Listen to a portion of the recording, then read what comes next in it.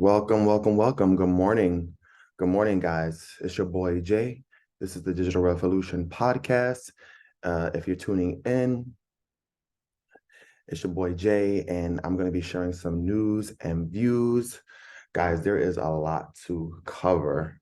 There is definitely a lot to cover. I've been going over a lot, and I don't even know how I'm going to be able to do this podcast today. Hopefully, it's not too long.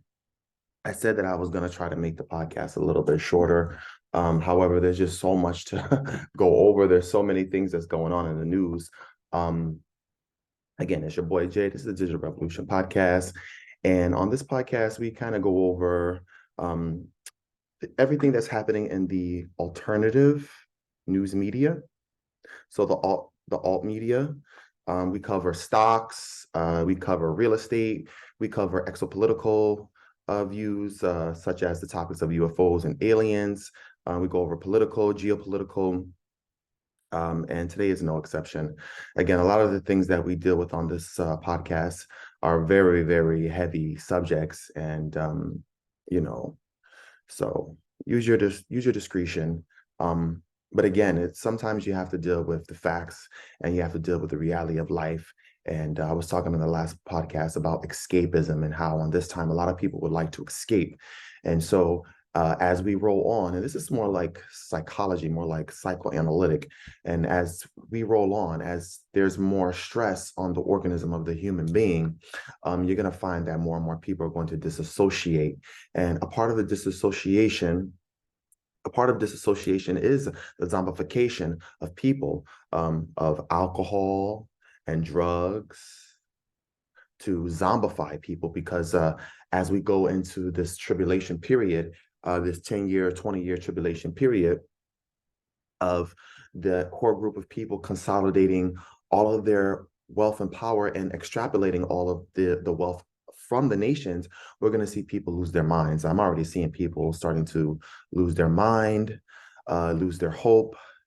And I just have to say to that you have to believe in something. I do believe in the living God. I do believe in God, and no man is perfect. Nobody is perfect. And Jesus said, I believe, he who's without sin cast the first stone, but nobody was able to cast a stone because we all fall short of the glory of God. So judge not, lest ye be judged. And well, there's a lot of course, there's a lot of politics and political things going on out there, and I don't like necessarily like to think of myself as political, or trying to what is it? Trying to transfer my political views and thoughts. I'm actually very neutral, and I just want to uncover information and knowledge. And sometimes uncovering that information and that knowledge, it can come off as political. And I consider myself a moderate. I'm an independent free thinker. I think both parties are fucked up. If you read the work of Noam Chomsky, um, he says in the unabridged Noam Chomsky that the end result of socialism is slavery and the end result of capitalism is slavery. But if we go to the work of somebody like Doug Casey, who says that really the situation that we're living in is fascism. And again, it's your boy Jay. This is the Digital Revolution podcast. I'm going to try to go over some of these really, really deep topics. If you are tuning in, please like and subscribe to my channel. Again, I'm relatively new to podcasting, and however, I've done years and years of research. I probably have studied about the federal government for about it's going on 6, 7 years now about the federal government. And so I once upon a time lived in California, and that's kind of where my search started. I mean, you could quote unquote label California in certain states as liberal, whatever these definitions really mean. I think, not to digress from my original thought, but I think that we're living in a time where we are politicizing people, we're weaponizing people in certain groups, and we're all divided amongst ourselves between the left, between liberals, between neocons, between Republicans. And I think that that's all just hogwash. And I think that the real issue is that core group of people that is essentially stealing all the wealth from the nations. And we may never come together as a human civilization because we have different tribes. But I just see that. And the last podcast, I was talking about LGBTQ community. And again, everybody is welcome here. And I see a lot of self-righteous people and a lot of religious people that claim to be quote unquote Christian, and they are proliferating the gospel, and they're going about teaching the gospel. However, the things that they're doing, Jesus would have never done. Jesus was a being of love. Jesus was a being of love and light, and Jesus loved everybody on this planet. God gave his only begotten son to this world. And I'm not necessarily saying that I ascribe to any religious belief. I do believe in a God, and I do believe that there was a Jesus. And perhaps on this podcast, we can get into who the real Jesus was. As they say, well, what did Eminem say? Please stand up. Well, the real Jesus, please stand up, just like Eminem said. All the frauds out there. And again, I'm not here to try to push any kind of thing.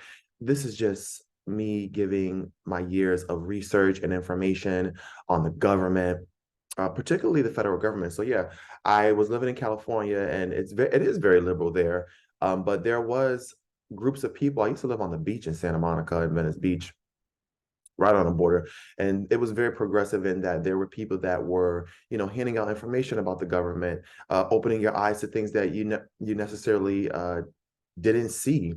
For instance, about the chemtrails, and what is the government spraying in our skies?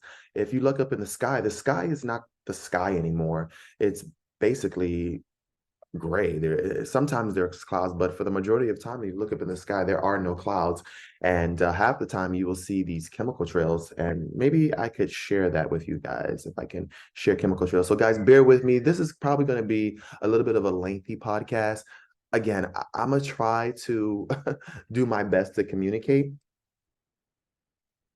but let me see if I can show you guys the chemtrails.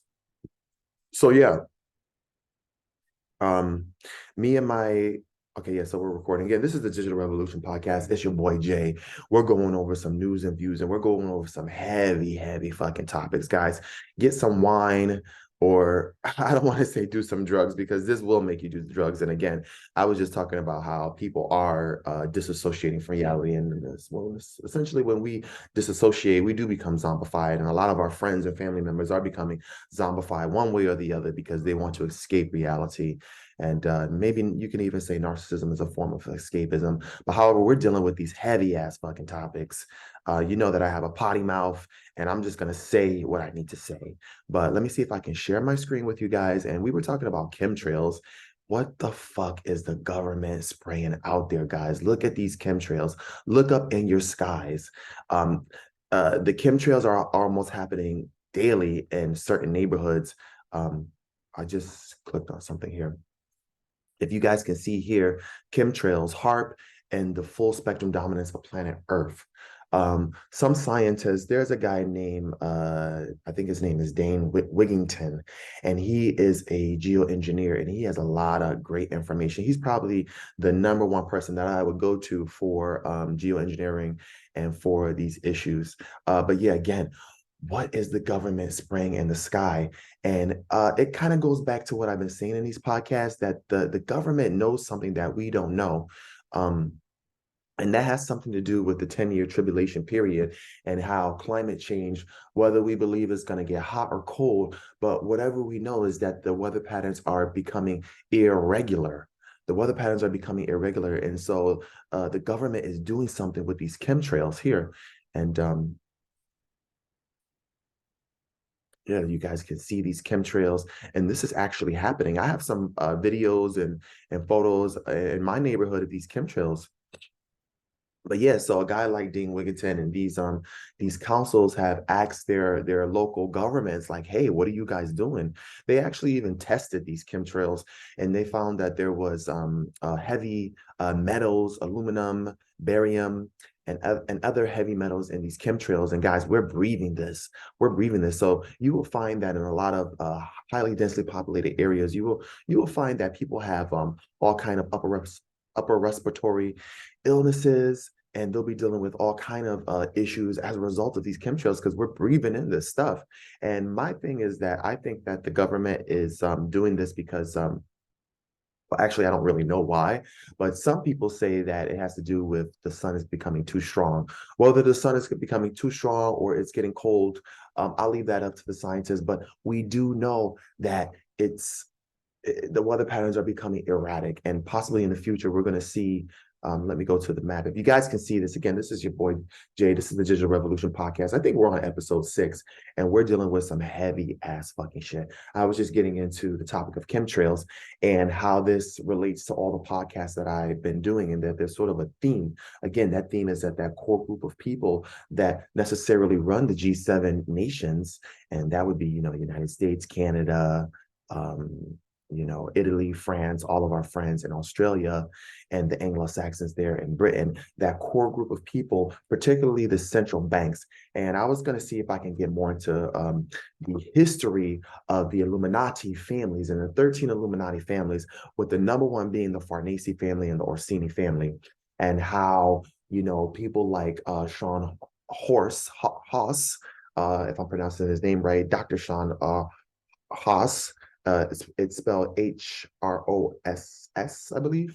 How his work as a historian has tied in the old world order into the new world order, and people like Lauren Moray has in her research as a radiologist and as a historian, a political activist, how her work has tied in the old Illuminati into the new Illuminati, and that this old Illuminati, some people say that they have been around since the creation of Jesus, since Jesus was around. And Jesus was in 0 BCE, BCE meaning before the Common Era, or commonly misnomered or misunderstood as before Christ. And Jesus died in 33 AD. And it wasn't until sometime around 70, 80, I think it was 70 AD, and AD means in the time of our Lord, that they started to write up the stories of Jesus. Now, whether they faked some of the stories, I'll leave that up to you. But whether there was an actual person, yes, there was an actual person, because we do know historically that Jesus had a birth certificate and that he also was crucified. That much we do know. A lot of the stuff about Jesus is a lot of speculation. And again, I'm not here to say this or that, but I do believe that there was a real Jesus, and he did walk upon this earth, and probably he did have a wife and had children called Mary Magdalene. And there are some people that say that the Jesus bloodline was the bloodline was continued into the Merovingian families, and then we later find out that the Merovingian families were involved in the 12th century of forming Switzerland. Switzerland again.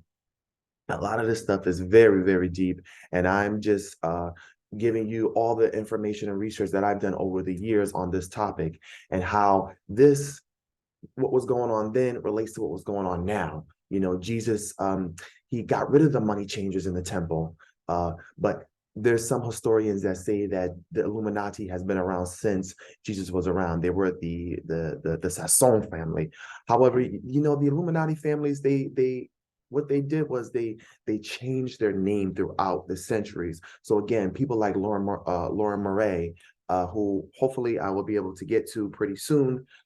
She definitely tied in a lot of the work of the old Illuminati with the new Illuminati, and how they are here to this present day, and how a lot of people that are in government or that work in these central banks essentially work for the Rothschild. But again, the Rothschild is a lesser known family. Not a lesser known family. It is a known family, but it is one of the lesser families. The top family is the Farnese family. However, they changed their names. Really, the Rothschild is the Orsini family. And again, in the last podcast, if you were hearing what I was saying, that the legend is that with Romeo and Juliet, Shakespeare wrote about these families with the Montagues and the Capulets. And at some point, the Illuminati families, they were infighting with each other. They were fighting with each other, trying to get their cousins and brothers to be popes. Because when we talk about the Illuminati families, we're talking about the first banks in Italy and the Vatican, and how they formed the first banks, and they formed the Vatican, and that superstructure it still exists to this day, and how the Anglo-Saxons are involved in it as well, and how the Illuminati are coming from the Medo-Persia. They're coming from the Medes. Again, this is your boy Jay. This is the Digital Revolution podcast. I hope you guys are following me. This is some heavy, deep shit. But yeah, today is April 4th, 2023, and we are dealing with some heavy, heavy shit, guys. Get I would say don't drink. I do drink, I don't smoke, so that's why it's my excuse for cursing. Um, but don't drink in the morning and try not to drink with your by yourself, guys.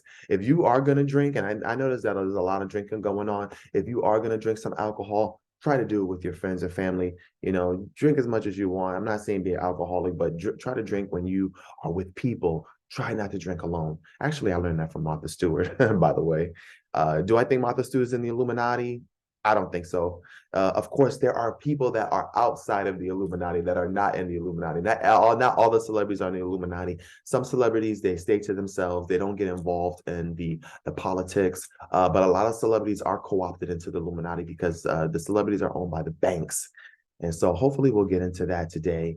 And so let's get right to it. Let me have some of my coffee. Again, guys, like and subscribe. It's your boy Jay. This is Digital Revolution Podcast.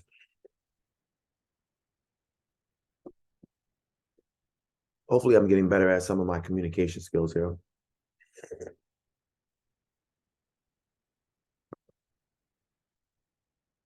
Guys, look at this.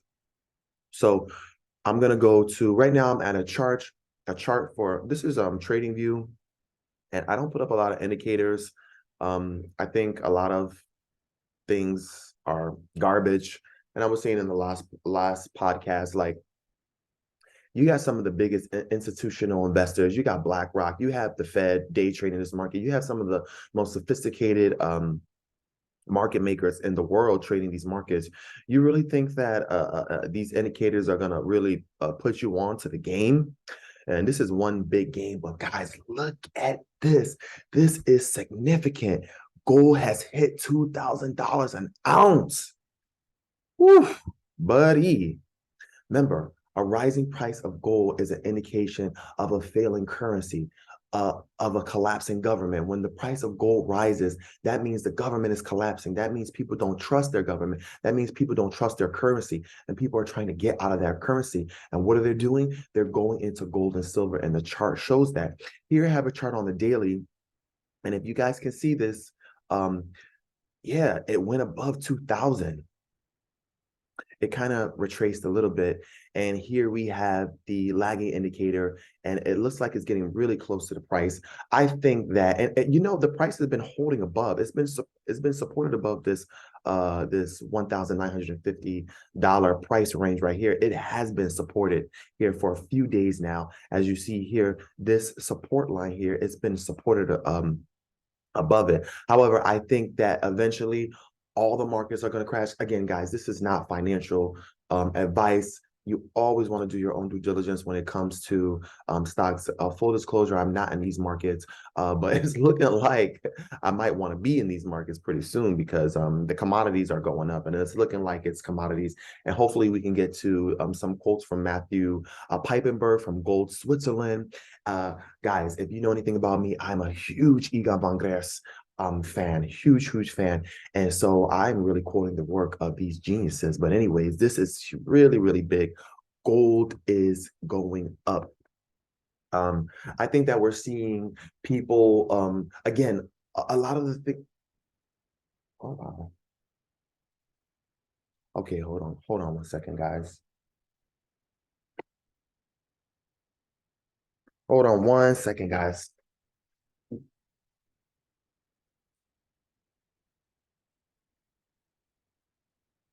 Hold on 1 second. Sorry, so sorry, guys. Hold on 1 second. Got a little technical difficulties. Got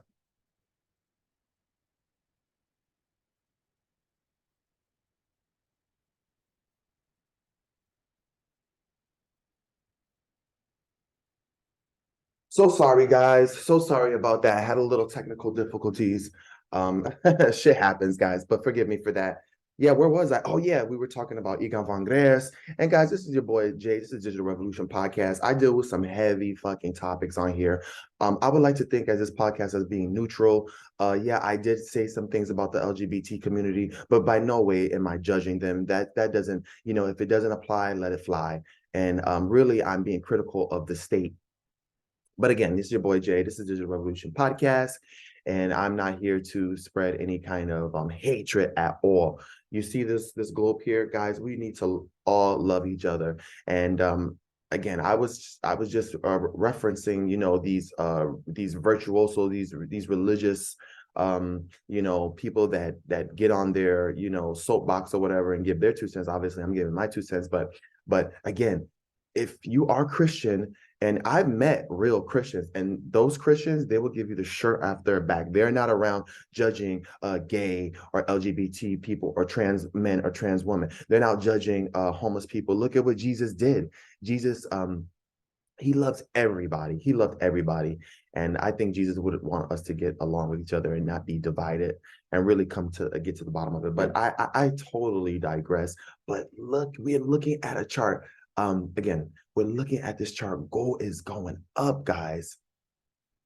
Okay, so here in the higher time frames, let's look at it. Okay, so here Ichimoku, yeah, so it's holding the support. It's looking like it's a buy. Let's throw on that indicator real quick. Again, I don't necessarily go according to this, but this is definitely a buy signal here. But I really, this accurate swing trading system, I don't really use that because this can be manipulated as well. The Ichimoku, though, I feel as though it is a little bit of a better system here. So I'm trading with the Ichimoku system, and Ichimoku means at a glance, so that you're able to read the stocks at a glance. And Ichimoku here, the cloud is still pretty thin. So we have somewhat of an unstable uptrend. The lagging indicator, it could look like it might be synchronizing with it, so that it might not necessarily touch the price, because as soon as this lagging indicator starts touching the price, we'll see that the markets will start to consolidate. Guys, either the market goes up or it goes sideways or it's going down.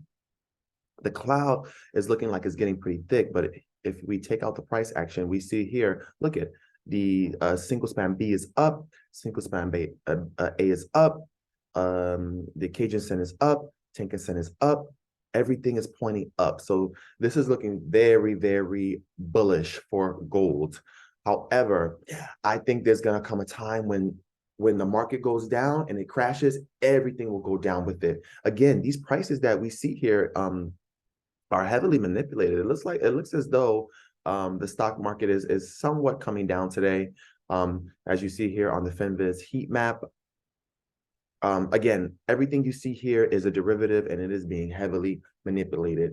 There is no true price discovery in these markets. So the only people that are really making money are day traders. If you're holding out long term, then most likely you're losing money. This is a market for day traders, swing traders, or the Fed. The Fed is definitely propping up these markets, and there is no true price discovery. So all these prices that you see here again are somewhat of an illusion, and they are based off of contracts. Even the gold price is based off of a derivative contract, as we learned from Egon von Gress and Lynette Zhang, the great Americans. A lot of the work that I do here is just quoting them and really consolidating their information. And this podcast is really to glorify and to understand the work of the alternative media. But here, gold is going up. So as we go into the 4-hour here, okay, guys, look at this. Guys, Ichimoku is saying this is an unstable uptrend. So this is possibly a pump and dump that we're getting. The traders are getting people to be like, wow, we need to go into gold. This market is being heavily manipulated. As we go into the lower time frames, we see here a squeeze on the cloud. That's not good. That means there's no support. But on the daily, we are getting support. Again, it goes from the lower time frames into the higher time frames. So if you think about, like, if you throw a pebble or if you throw a rock in a river, and the ripple effects. So you have the actual event, and then the effects ripple out. And so if you see here on the 1-minute chart, that's like the pebble, and then the ripples are coming out all the way into the higher time frames. But on the 4-hour here on the gold chart, this is looking not good. This is looking like an unstable uptrend, guys. Looking like an unstable uptrend, guys. Guys, bear with me. Again, it's your boy Jay. This is Digital Revolution Podcast. And this is kind of early morning still, and it's looking like gold is in an unstable uptrend. Could be that they're trying to psych out a lot of buyers. But let's see in the hour, what's going on in the hour. Yeah, guys, be buyers beware. Buyers beware. It's looking like that this is an unstable uptrend. Here we don't have any support here, and it's looking like the Fed, or not necessarily the Fed, but day traders are propping up this market. I would be very cautious. We could see a retracement, but again, I believe, and again, this is not financial advice, I believe that we're going to see the markets come down as Egon von Gress and as Charles Nanner and as Martin Armstrong has said.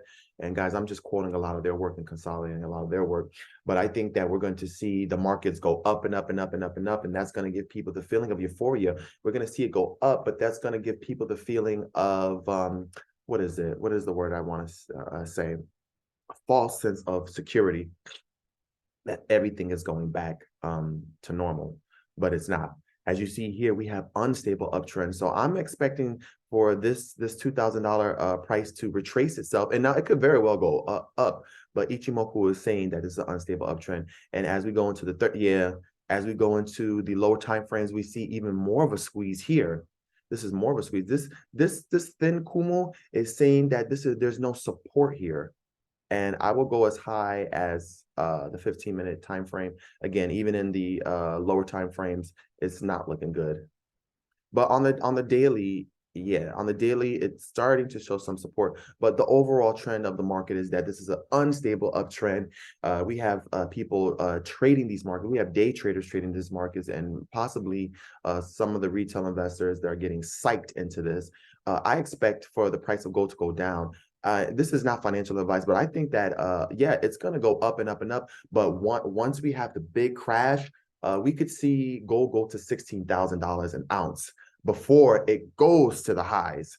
And again, as Jim Rickers has explained to us already, if you follow Jim Rickers' work, if you are in stocks, if you're all in stocks, then you're not diversified, because in a bad market, in a down market, in a bearish market, all stocks start to correlate. So they all start to go down. So that is not diversification. And Jim Rickers is about true diversification, owning a little bit of gold, owning a little bit of silver, physical silver, owning some stocks and bonds, owning some cash. I think Jim Rickers said be 30% in cash, be diversified. But I just wanted to make this comment. And again, it's your boy Jay. This is the Digital Revolution podcast. I hope you guys are following me. These are some heavy topics. Hopefully I'm getting this across, and I'm getting better at my communication skills and communicating with you guys, but it's not easy. But again, these markets are being propped up, and I think I just lost my train of thought. But yeah, but guys, be careful. Let's look at the S&P 500 and see if it has a similar. So yeah, here we had this trend line here, and this is on a daily, and you see the price was touching the trend line. Boop, it was touching this trend line, and then it broke out of this trend line, and now we're seeing it hold support above this trend line. However, on the daily, it looks like we could have a crossover here. Yeah, as we get into the lower time frames, if you guys can see this, we're starting to see a squeeze. Yeah, it is still very bullish. However, this is a thin Kumu cloud. We have a little bit of a Kumu breakout. So yeah, there are people that are making money hand over fist in this market. But here, yeah, so here, so yeah, the cloud is getting thick, guys. That it's showing, it's holding support. Of course, the market never goes up in a straight line. It goes up, it goes down, it goes up, it goes down. A lot of this shit is noise. But it's looking like on the lower time frames that it's overbought, as the RSI is telling us that it's getting in overbought territory. But I don't necessarily subscribe to any of that. I really just follow the Ichimoku trading system. But again, as you go into the lower time frames here, like as soon as you get to the 5-minute time frames, the indicators start breaking down. You can't trust the indicators. But we are starting to show a thick Kumo. So this is very bullish for the S&P 500. That's bullish. Let's go to the Dow. Same kind of pattern here. We have a little bit of a retracement here, and most investors, I would say most investors that are short term once the price falls below here, most of the investors probably will have their stop losses somewhere around here where the Cajun Center is. Somewhere they will have their stop losses around here. But other investors that are probably a tight swing trade, they would get out as soon as the price falls below the what is this, the Tinkinson. But again, we're showing strong support. The market could go flat for long term, but the overall sentiment of the market is that it is bullish, not bearish. And this is for the Dow Jones. Let's look at we looked at gold. Again, it's your boy Jay. This is Digital Revolution Podcast. Hope you guys are following me. Oh God, ARK Investment. Oh, I don't even know where to begin. Oh, sorry, not ARK Investment, but that's another one we could get into. But Lucid Motors, guys, Lucid Motors was fucking basura. I actually lost money on this trade. Again, this is why you never should follow any guru. Guys, look at this. Look at this. There were these people coming on YouTube and coming on the internet, and they were propping it up when it was at these prices here. They were saying, oh, this is going to go up, and this was a long-term investment. Guys, it went from 60 something dollars to $7. That's fucking crazy, guys. And Lucid Motors, and I'm not saying that that this company is not the company of the future, because basically Lucid Motors, they create batteries that go longer than Tesla. So they are electric vehicles, EV vehicles that essentially have a longer battery life than Tesla. And so it is the competitor Tesla. And people were hoping that it was the next Tesla, but guys, it wasn't. This is why you should never take financial advice. Guys, the stock went down 80%, 88%, and it is not, I repeat, it has not gone back to bearish territory. This stock, for me, is garbage, is basura. Hopefully once it goes in a little bit, yeah, it's garbage. I don't even want to move right on. Let's look at ARK Investment, your girl Kathy Wood. Again, another investor that was going on all the, oh, wow. Guys, this is some crazy fucking shit. This Kathy Wood, a lot of people are not fucking with these celebrities. A lot of people are not fucking with these quote unquote, these big investors. Kathy Wood was like pushing Tesla. She was promoting, she called it innovative disruptive technology. But guys, look at what this innovative disruptive technology is doing in a disruptive market. ARK Investment went down 80%, guys, 80%, and it's not showing any signs of coming back. As far as I'm concerned, and this is no offense to Kathy Wood, I'm not judging her. I'm just going by what the chart is saying. As far as what she's saying, girl, bye. In the words of Wendy Williams, have several seats, Kathy Woods. Anything she says, I'm not fucking with. And that goes with this guy, what's this guy's name? Anyways, it will come to me. I'm just,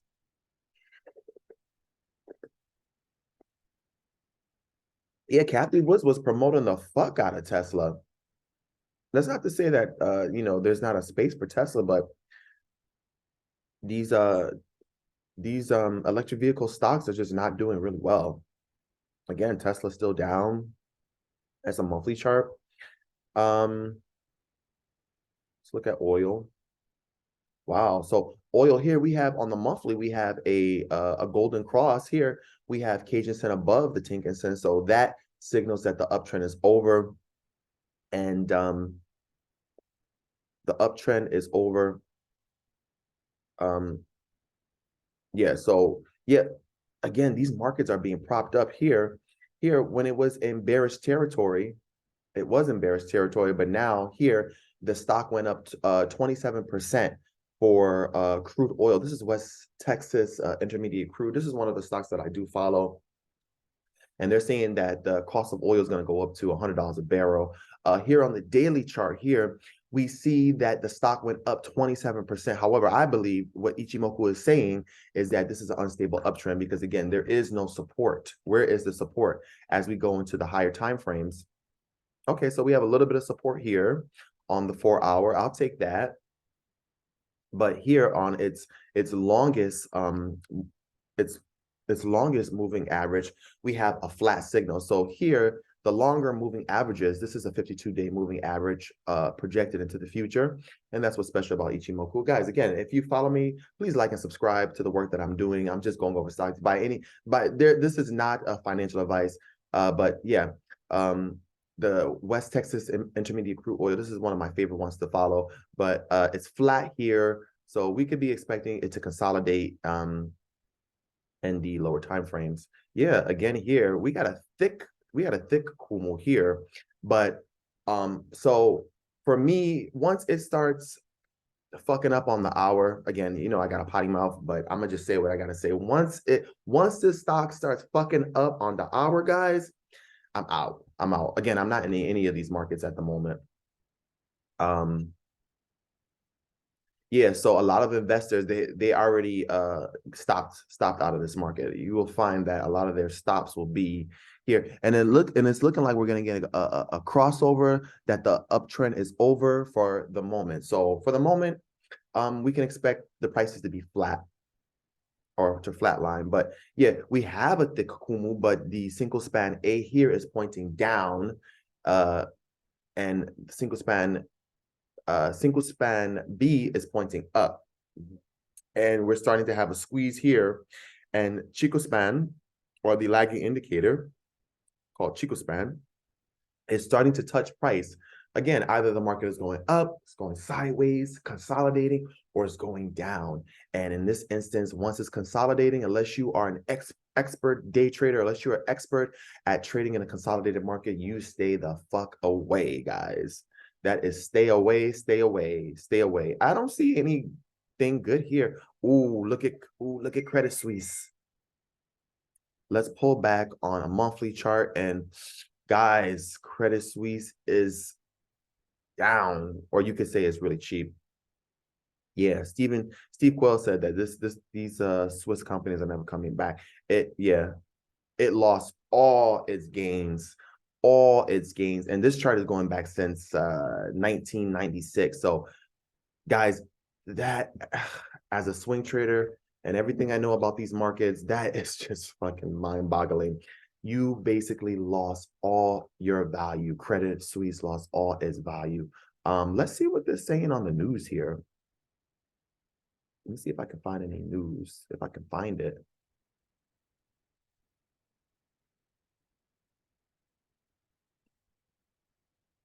Again, it's your boy Jay. This is Digital Revolution Podcast. Hope you guys are following me. We're just going over some stocks at the moment. Hopefully we'll get into some other things. I don't know what I'll be able to cover today. Again, it's April 4th. I think if you are Aries, happy birthday. I forget what exact sign that we're in, but again, we're going over some of these markets. Credit Suisse is down. Stay the fuck away. Yeah. So Egon von Gress says that we are in a bubble, and the last bubble is the dollar, and that we can expect to see the dollar. Again, nobody can really read the future, but we can expect to see the dollar to be the last bubble to crash, and that's not good, because again, everything is valued in dollars. Everything is priced in dollars. So if you are a long-term investor and you cash out your 401k, or you cash out your bonds or annuities or whatever you are invested into, your CDs, you're cashing them out in dollars. And there's only 3 cents to the dollar. And in a few more years, as the work of Egon, as Egon has said, that the dollar is going to go to zero. It's going to be the last bubble to pop. You already see all these other countries are de-dollarizing, getting out of dollars. And so a lot of people consider America Babylon, and they're saying that we won't be able to sell anything. We won't be able to trade because our dollars are going to zero. And guess what, guys? Everything in this stock market is priced in dollars. So if you trade out your Google, if you trade out your Microsoft, you're trading it out for dollars that are depreciating, or they're just down. Again, a lot of this market is manipulated, but it looks like the dollar has been consolidating for quite some time. It's just been ding, ding, ding, ding, ding, ding, in this price range here. Here, I'll just throw up some simple. Okay, so here was the high, here was a low, and that's just been trading, flatlining in this price range here. It hasn't gone up, it hasn't gone down. relative to the market on the monthly chart. What else should we look at? Silver. Yeah, silver correlates with gold. It's also consolidating, but again, these prices that you see here, they don't necessarily represent the true prices. These are the derivative prices, and they're being heavily manipulated by, guess what, JP Morgan. And we're gonna go over some JP Morgan. This guy, he is one of the most powerful bankers on the planet Earth. Again, I don't know who is in the Illuminati, who's not in the Illuminati, but I'm not saying that he is, but again, that's something that we're going to go over. But this is one of the most powerful executives on planet Earth. He's controlling everything. JP Morgan Chase is the prime top bank. It is the number one bank. It is part of the G-SIB bank. It's a systemically too big to fail bank. But he's giving some warning here. This is serious. JP Morgan's Jamie Dimon warns US likely to tip into recession in 6 to 9 months. I was following the work of Cliff High, and Cliff High is saying, guys, try to get everything that you need now this year, because this is going to be the last year when, of course, we're expecting to see the market. And again, this is not financial advice. Do not take any of this that I say. Always do your own research. But I'm expecting, and a lot of us are expecting, to see a market crash by July. By June, July, and we're expecting to see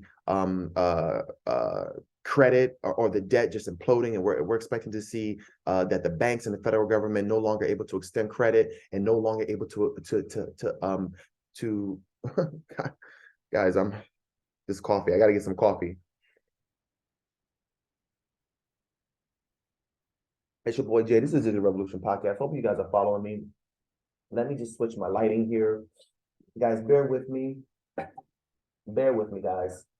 So yeah, we're going over JP Morgan, and he is giving a dire warning. Let me just set up my light. Oh, sorry, guys, about that. Guys, bear with me. Thank you guys for tuning in. But let me set up my light here.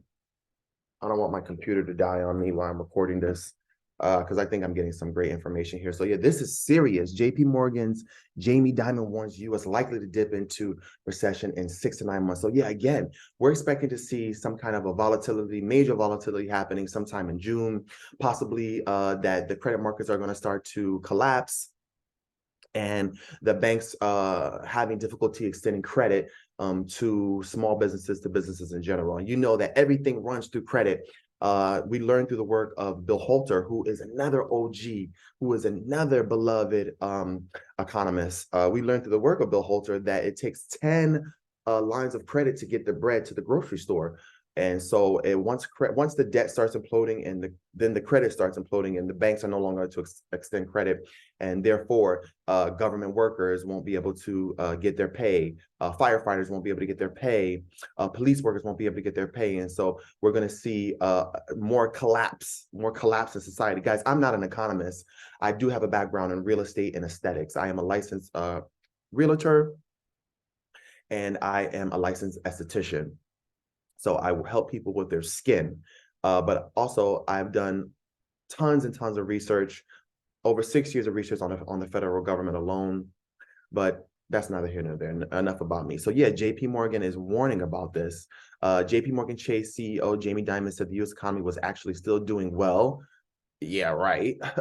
At present, and consumers were likely to be in better shape compared to the 2008 financial crisis, when the world tips into recession. Guys, they have to kind of quote stuff like that, but as far as I see here in the city, we have a lot of disparities, and people are just not getting paid. They can't handle the high cost of living and the high consumer prices. So, and again, as a realtor, one of the things that I would do was foreclosures.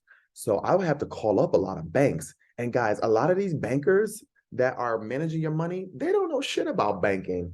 They don't know shit about how the economy really works. They don't know shit about the derivatives. They don't have a general overview. And there'll be some people in top banks, guys, and banks, local banks, top banks, that just don't really understand or don't even see what's happening. They are still very bearish and have a bearish outlook. Now, nobody can know the future, but like Charles Naylor says, if you know that winter is coming, you tend to buy a winter coat.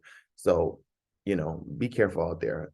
And again, the markets, these markets are lagging indicators. So things will happen in the actual economy, and then the market will catch up with it. It will be priced into the market, um, later on. Hold on, let me get this here. Why is it doing this?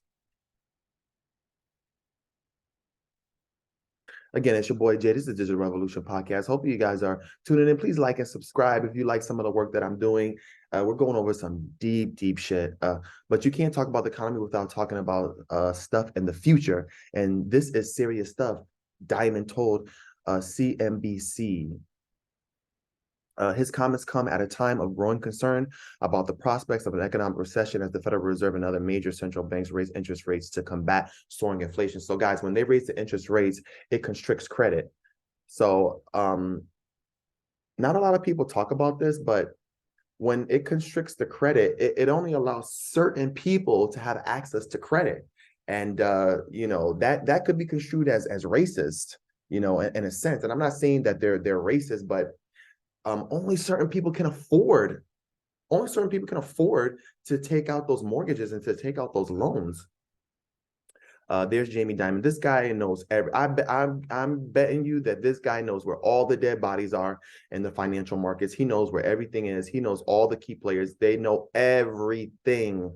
You cannot be a banker like him and not know everything. They know all the chess pieces on the chess board, guys. That's what makes them so powerful. Information, not the money. The money is basura, that means garbage, is basura. But the information, the data is important. And a lot of these hedge funds, they data mine. The data is more important. And that's why they want to collect our data. Okay, he says this is very, very serious. Mix of headwinds was likely to dip both the U.S. and global economy into recession by the middle of next year. Yeah, because this is global. As Egon von Greers has said, this is global. There is $320 trillion of global debt. And there's also $2 quadrillion of debt that we cannot see, that these banks, including JP Morgan, that they trade in these derivatives, and the derivatives are going to come undone. And eventually we will have to owe that. Eventually the taxpayers will have to pay for that $2 quadrillion worth of debt. And therefore, the federal government will end up printing that money. And that is going to cause hyperinflation. Guys, I believe that a lot of this is just, all being, there's only a core group of people in those Illuminati circles. And I'm not saying he's in the Illuminati, but he's definitely in that core group of people. Yeah, so you guys can check out this interview. Yeah, his comments come at a time of growing concern about the prospects of an economic recession as the Federal Reserve and other major central banks raise interest rates to combat soaring inflation. Yeah, I said that. The Fed raised benchmark interest rates by 0.75 percentage points last month, the third consecutive increase of that size. So yeah, the Fed is raising the interest rates. Again, when the Fed raises the interest rates, that makes it harder for you. It makes it harder for people to get the mortgages, because they're getting a mortgage at a high interest rate. So the last house that I sold, a nurse bought it, and she got an interest rate at 7%. My sister got her house, God bless her, with an interest rate at 2%. So if you got an interest rate at 2% for a fixed rate 30-year mortgage, guys, keep it, because you may never see like Charles Naylor said, the interest rates might come down short term, but long term we're going to be dealing with high interest rates. So if you got a mortgage, a 30-year mortgage at a 3% or 2% interest rate, or even 3% interest rate, guys, you might want to think about keeping that house that you have. Okay, so moving right along. So yeah, so we covered the stock market. Let's see what else we could cover here in these markets. We covered the Dow. Guys, gold is going up. All the other stocks and ETFs are relatively down, but gold is going up. I think I covered the NASDAQ. See on a daily. Again, NASDAQ went up. NASDAQ went up from, well, let's go from here. NASDAQ went up another, again, 20%. They're all kind of correlating.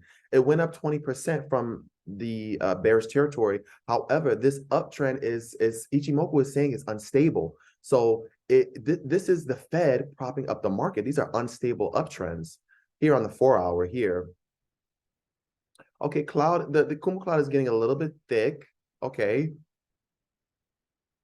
Okay, the cloud is getting it's getting thick. However, we're starting to see some consolidation in the lower time frames.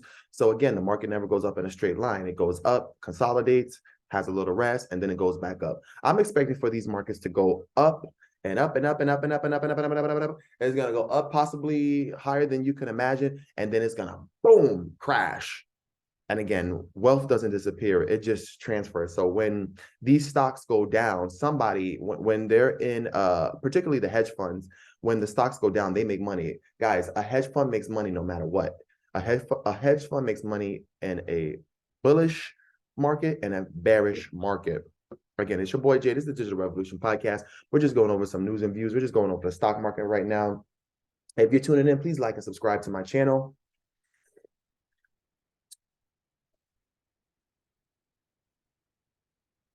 Okay, I'm not sure what that was. I was gonna go over some of the Illuminati and some of the Illuminati families. Again, I have done probably 6 years of investigation into the federal government and into the Illuminati, and I was able to compile these notes. Guys, these notes are rough drafts. Rough drafts. So if you read something that's a typo, guys, these are rough draft notes. I've been compiling these notes for several years now, and about the origins and the history of the Illuminati and the 13 Illuminati families here. Sorry to digress, but here, if you look on my screen here, here are some of the Illuminati families. And again, the Illuminati, according to my research, and this is doing extensive research, at the top of the Illuminati is the Farnese family. They go back to the Persian Empire.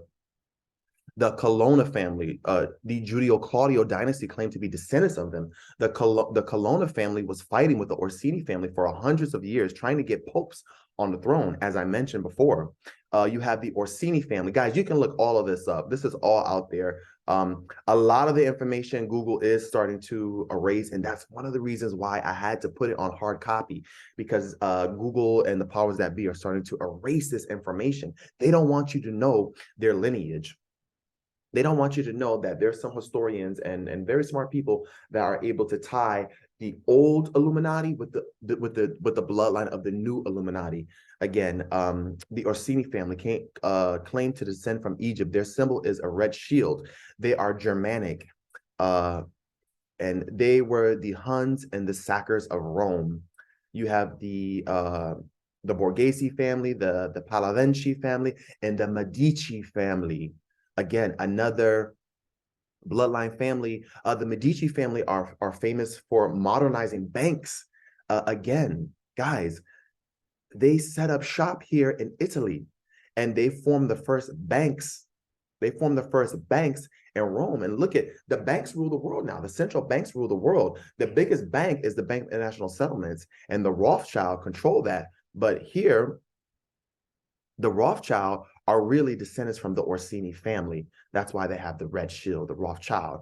The Medici family, the Gaetani family, the elder Brandini family, coming from this is also a constellation, because allegedly, now this gets a little bit deeper into the conspiracy theories that they come from this constellation, but I'm not going to get too deep. The Breakspear family, rulers over Great Britain from the Giulio-Claudio dynasty, and hopefully we'll get into the Giulio-Claudio dynasty later. The Este family, the Conti family, because they count the money, right? These were palpable bloodline families that formed the Illuminati.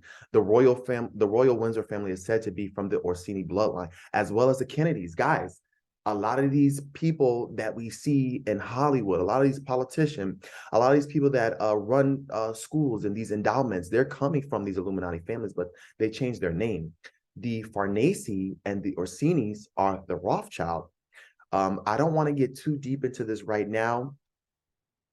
Don't want to get too deep into this, but again, these are my notes, and hopefully throughout this podcast, we'll be going over exactly what happened throughout history and breaking down this long, complicated history of what happened to the human family and how this core group of people consolidated all their wealth and have been bamboozling and bankrupting the nations of the world. My timeline goes to 500,000 BCE, and I'm gonna just leave it here. before I go too deep into it, but strong indication of some sort of civilization on Mars. I have to do some more considerable research on this topic on the historical timeline, but there's a strong indication that the ancient Egyptian civilization got their information from off-world technology. And why do you think that we see Elon Musk and all these elites trying to get to Mars? It's a cult of Mars. Now, I don't know if it's Mars really they're going to get on, and how they're going to get there. They're going to get there through a Stargate. And I have talked about Stargate technologies. Guys, we all have Stargate technology built inside of us. Let me stop sharing my screen. Guys, this is the Digital Revolution podcast, and it's your boy Jay, and I'm dealing in some heavy topics. Please like and subscribe if you like the information that I'm putting out there. And I was just talking about Stargate's technology. Forgive me if I'm going on a tangent. Hopefully this is all making sense to you guys. But guys, we all have the Stargate technology inside of us. There's some, conspiracy theorists that say that that basically that what they were doing in CERN and again in Switzerland, because Switzerland is where the Illuminati is their home base. It's their home base. It's Switzerland and the south of France and possibly Greenwich, Connecticut. But that's another story for another day, right? But that the Illuminati, they are there in Switzerland, and that some people, they speculate and say that CERN is an actual Stargate. But guys, the Stargate technology is inside of everybody. What do you think happens when you go to bed at night and you're dreaming? What do you think is happening with people seeing these UFOs and seeing these aliens? Somehow they're able to cross over through the Stargate technology. The Stargate technology is deep inside of us. When we go to bed at night and we're dreaming, we are traveling through the Stargate. The Stargate technology is inside every human being. When we cross over into the parallel, when we die and we cross over into the parallel, we're crossing over into a Stargate. And I'm sure you guys have seen the light at the end of the tunnel, or the theories about the light at the end of the tunnel. Those are Stargate technologies. And when you see these UFOs, when you see these motherships and you see these UFOs and you see these alien beings, somehow they have the access to control the Stargate. When we sleep at night, we're not necessarily controlling the Stargate, but when we're going and we're dreaming in other dimensions and other parallel dimensions and other realities, and we're dealing with these other beings, in our dreams, we're traveling through a Stargate, guys. Guys, it's your boy Jay. This is the Digital Revolution podcast. The revolution will not be televised, and the revolution is happening whether we like it or not. And we are getting out of the age of the Piscean age, and we're going into the age of Aquarius, where all the hidden knowledge shall be revealed, all the deep knowledge should be revealed, and everything will come to light. But again, it's your boy Jay. This is the Digital Revolution podcast. Hopefully, you guys are following me here. And let me see if I can share my screen. So yeah, we were just going over that. So for the human family, our collective memory starts around 500 BCE. Now, some of the conspiracy theories and some of the theories are that they say that how did whatever happened on Mars is going to happen to planet Earth. It's the vinification of planet Earth. And if you ever took an astronomy class, you know that Venus is very hot and the sun basically boiled over Venus. The temperature in Venus is like the temperature. If you were to go on Venus, it'd be like being in a pizza oven. That's how hot it is. Life is not habitable on there. And what is happening to Venus in astronomy, and you can just go into your astronomy textbooks, it's called the vinification of planet Earth. What happened to those planets that are close to the sun is essentially happening to Earth. And that ties into why the elites are doing what they're doing. And I cannot tell you if the planet is going to boil over and get hot, but in the future, it could be planet Earth becomes inhabitable, and that we're not able to feed everybody. And that's why those core group of people, the G7 nations, they want to overthrow Russia, because look at Russia. Russia has all of this. This is a huge landmass, and Russia, it controls and produces about 70% of the natural resources for Europe. And well, these Illuminati groups have been consolidating their power for a very long time. Some people say since Jesus was around, and Jesus was born in the 1st century BC and died in 33 80. That's why 33 is such a significant number to the Illuminati. But anyway, so collectively, the human families, our history starts around 500 BCE, or you might say sometime around 100,000 BCE. The first Africans, the first Homo sapiens. I'm not going to get too deep into this. We'll get into all my notes on the Ice Age. Everything is here, guys. I had to put it into a hard copy because a lot of this information they're going to try to erase. What happened to the human family? This is why we are a human family on this planet Earth. And we might have different tribes, but guys, there's only one race. That's the human race. And so I've been trying to uncover, when I started to study about the federal government, over the last 6 years, it took me down this rabbit hole that led me, guys, it led me to this information. It led me down history. It led me all the way to 500 BCE. You got to go all the way back to this time. And a lot of historians do speculate, for instance, the work of Dr. Bershango, who is a historian and he is a theologian. I'm quoting him and several other people that I'm quoting for these timelines, but this is all there. You can look this all up, and I'm giving you the dates. You can look up the dates, and this is the reason why I wrote the dates here. And if we just go through real quick, one of the first book was the Negative Confessions, and that is the Book of the Dead. That's one of the oldest books in history, and it goes through all of the biblical, the proto-literate period of Mesopotamia. It goes through all of history.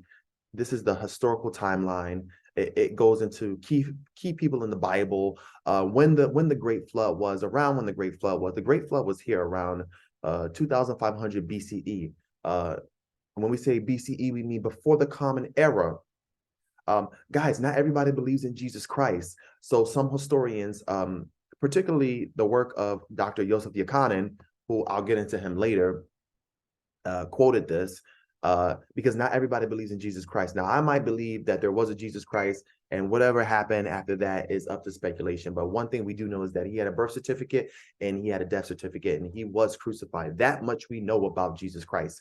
But yeah, so I don't want to go too deep into this, but one day we will go into the historical timeline and what happened to all these figures in the Bible and how it all ties into the Hexos and who the real Jews are. Again, I'm not here to try to we have Akhenaten here, and this is the historical timeline, and this is the research that I've done, and this is my 2 cents that I'm giving on this podcast. And I've been studying about the federal government again for almost 6-7 years now, and it led me down the historical timeline all the way up until, okay, so here we have Alexander the Great. He comes on the scene around 359 BCE. So Alexander the Great was around the time, well, he was before Jesus Christ was on the scene. Guys, you know that Alexander the Great's teacher was Aristotle. And once Alexander the Great died, he left his bodyguard, Ptolemy, suitor, meaning savior, the Pharaoh of Egypt. And that gets into the quote unquote gentrification of Egypt, and how Egypt was no longer ruled by the original Kemetans of Egypt. And that's how you get the lineage of Cleopatra. And Cleopatra was not Egyptian, she was Greek. Alexander the Great was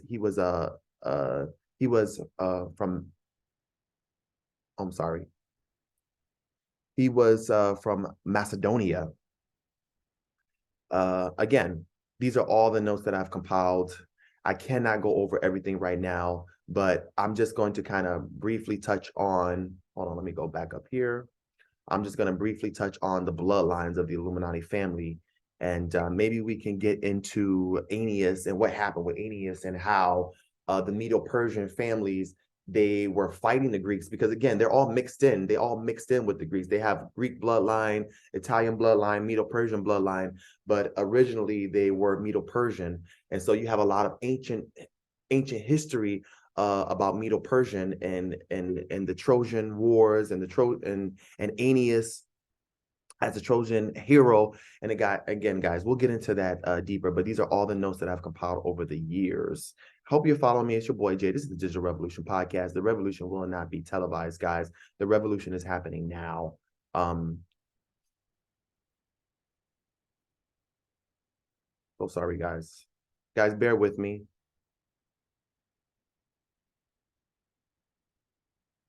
See if I can go back up here. So yeah. So we're on the historical timeline. So guys, so far so good. I've been bouncing all around. So hopefully you guys follow me. But here are the lists of the empires. It was the Egyptian Empire. These are in order. Now some historians say the Sumerian Empire, the Egyptian Empire was first. They don't really know, but this is because again, what they taught us in history was wrong. They changed the timeline. So the history that we have, the linear history that we have, is the timeline that they want us to know. A lot of the popes and emperors, they had changed the timeline so that the timeline that we have is the timeline they want us to know. And so it's very confusing to understand. But these were the order of the timeline. It was Egypt, then it was the Assyrian, the Babylonian, then the Medo-Persian, then the Greeks, and the Roman, the Anglo-Saxons. When we talk about the Anglo-Saxons, we're talking about the British Empire.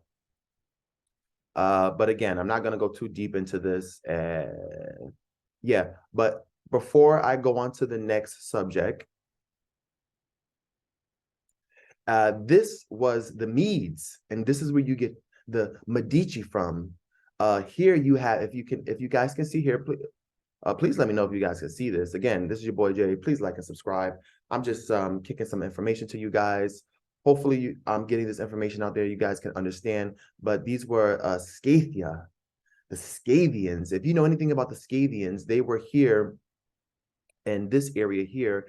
And well, essentially, what happened with Abraham in the Bible and the legends of the Bible, and why Abraham had to leave out of Arabia, he was in a place called Ur. He was in a place called Ur. So Abraham, he went to Egypt, if you remember. And the reason why Abraham, who is the father of basically modern religion as we know it, and Abraham and all the descendants of Abraham, all the way to Jesus, Jesus is in the bloodline of Abraham. And so hopefully in this podcast, we can kind of get into it. It is very complicated and it is a deep subject, but this was the Davidic kings. This was the bloodline of Jesus. Jesus comes from the Abraham bloodline. And but what happened was these Scavians, they were like vampires essentially, because they were some mean motherfuckers. They were some mean motherfuckers. But they came down and they got wind of it here. Abraham and his family got wind of it, and they were like, "Yo, we got to get the fuck out of here because these motherfuckers is coming down." And a legend has it that the Scavians they fight butt naked. They fight you butt naked and they eat your blood So they were like, we got to get out of here. And that's one of the reasons why Abraham ended up going to Egypt, because of these people here. Again, another example of gentrification, but these people were cold, callous people. But nonetheless, as I digress, and let's get back to stocks. So yeah, we were getting back into stocks here. And again, it's your boy Jay. This is the Digital Revolution Podcast. Hopefully I'm getting some of this information across. And hopefully I'm not too scatterbrained today. Let me take a sip of my coffee.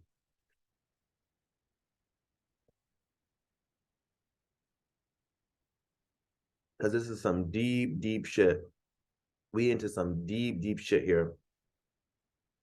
Again, yeah, these markets are all rigged. Let's see here.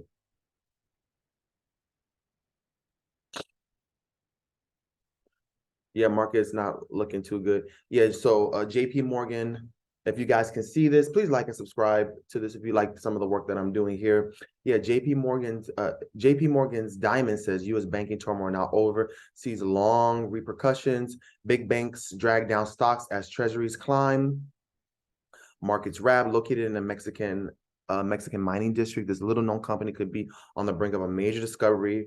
Oil prices edge up, stocks slip. Diamond lets avoid whack-a-mole response to bank crisis. So yeah, those are some of the topics here. If you guys can see here, should you buy stocks? Watch these crucial levels on the S&P 500 and NASDAQ for answers. Should you buy stocks, guys? That's up to you. That's up to you, guys. That's up to you, guys. I'm not in any of these markets. Let's go back to the S&P 500 before we go to some of the news, and then hopefully I can wrap this out.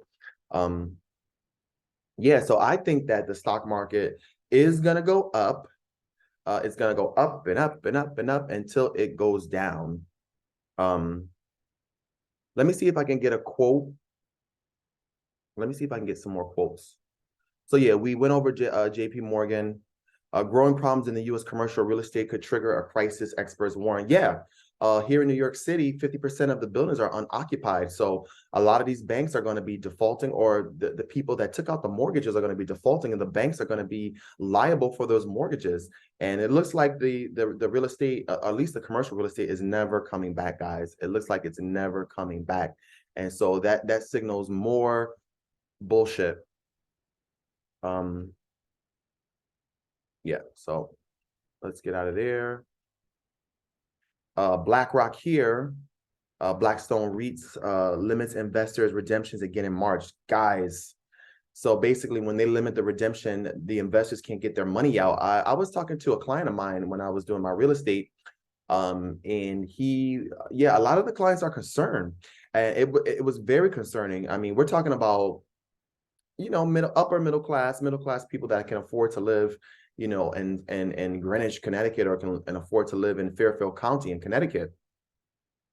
And well, a lot of those people were really afraid because they couldn't get their money out of the REITs, out of the Blackstone REITs, and they got their whole little nest egg in there. But here, let's read some of it. New York, April 3rd, Blackstone said on Monday it had again blocked withdrawals from its 70 billion real estate income trust in March as a private equity firm faced a flurry of redemption requests. Yeah, guys, people are trying to get their money out of the system. There's only 10% of cash in circulation, actual cash that you can get. The rest, the other 90% is all digits. Yeah, so people are trying to get their money out of the system. And what are they doing, guys? What are they doing? That's why you're starting to see, even though these are lagging indicators, the stock market is a lagging indicator. That's why even though it's propped up, you're starting to see people starting to buy gold and silver. Guys, let me go to here. Hopefully you follow this. This is your boy Jay. This is the Digital Revolution Podcast. Hopefully I'm making sense to you guys. Please like and subscribe. But yeah, so a rising price of gold is an indication of a failing currency, of a failing government. And so here, let's just see what some of the yeah, it looks like it looks like the premiums are going up on this gold. Yeah, look at that. It changes as the price of gold goes up, the spot price of gold goes up. So does the premiums on the gold. And look at here, you're starting to see this more and more and more in the bullion dealers. Guys, that tell you something. The things that happen in the actual economy, it starts to show up in the stock market later, guys. It starts to show up in the stock market later. The stock market is a lagging indicator. It doesn't start to price into things until later. And well, this is very concerning because here you have, as you can see, it's starting to say notify me. Oh, guys. Wow, guys, I'm reporting this here. Guys, you see this, guys. Please tell me you see this. This is crazy. So yeah, you can get these gold eagles. There's still some gold eagles left, and these are beauties. These are beautiful. It's got the eagle, which is a symbol. It's a symbol of the United States, of liberty and freedom. And God we trust, and real money. Guys, this gives me goosebumps. This warms my heart to see this, because I am a proud American. I am a patriot. I do want to see my country do good. And guys, the things that those core group of people have been doing, how could you even be an American and be for those policies of that core group of the Illuminati banking sector? How could you even be for the policies of this administration that are sucking the wealth, not just in the United States, but all over the world? But I believe some countries are going to fare better because they just have better policies. But anyways, I digress. But guys, this is alarming. Now you see the correlation between the price of gold. Yes, it's going up. It is being manipulated, but in the actual markets, it's being bought hand over fist. You only have 1, 2, 3, 4, 5 items that you can buy, and there's premiums on this. These are high premiums. Look at that. That's almost a $450 premium on this one coin. Jesus, guys, that's crazy. That should tell you that, again, it all starts to correlate. People can't get the money out of BlackRock. People are liquidating their 401ks. They're liquidating their IRAs. They're liquidating their annuities. They're taking their insurance policies out. They're taking their cash out of the system. And guys, they're investing into gold and silver. I'm not telling you to do that. This is not financial advice, but this is what is being done. However, I believe, guys, that if you haven't done so already, if you haven't gotten the gold and silver, and I'm not a sponsor of SD Bullion, I don't make any money from SD Bullion, but if you haven't done so already, it's probably too late for you to buy the gold and silver. Most likely, and you don't necessarily have to buy these ounces of gold, because here, as Egon von Grers has said, you can buy fractional shares of it, fractional round gold here. So here, oh, so sorry, that was silver. So if you can't afford to buy 1 ounce of gold, you can buy fractional shares of it. I can find it. You can buy grams of it. So yeah, we still have grams. So as you can see here, I think it's 30 grams make an ounce of gold. So here you have $144. So you still have some things that you can buy. You can still liquidate. You can still get your cash and convert it into gold and silver. But guys, gold and silver is not the end all be all. Anything below $40,000 of gold is considered undervalued. So we're expecting to see possibly in the future. And again, nobody has a crystal ball. I wish I had a crystal ball. Maybe I do have a crystal ball, but we'll get to that, my crystal ball, later. But we'll get to that later. But and hopefully, if you continue to grow with me in my channel, I'll bring out my crystal ball and we'll get some predictions from the Oracle very soon. But anyway, so yeah, so you can still get these grams of gold, and 30 ounces of 30 grams of gold equals 1 ounce of gold. So it's still affordable. You can still afford these things. But as you see here, people are buying up the gold eagles, because I don't know if you guys were watching the other podcast. You don't necessarily want bars because those are easy to fake, but it's very hard to fake these gold eagles. You want to buy the coin. You want to buy the coin in the realm that you live in. Again, we're taught not to not to really think about the price of gold. But again, because the paper is just paper. You should think in terms of this 1 ounce of gold in the future can buy you land. It can buy you a car. You can exchange, you can barter with this gold in the future for tangible goods. You can liquidate it into any currency that you want. It has the broadest base of buyer. But yeah, but this is very concerning here. As you see, as we go further down, you see notify me, notify me, notify me, notify you. Guys, people are buying this hand over fist. Let me see here. If we go here. Oh yeah, so this is so again, it's your boy Jay. This is Digital Revolution Podcast. The revolution is not being televised.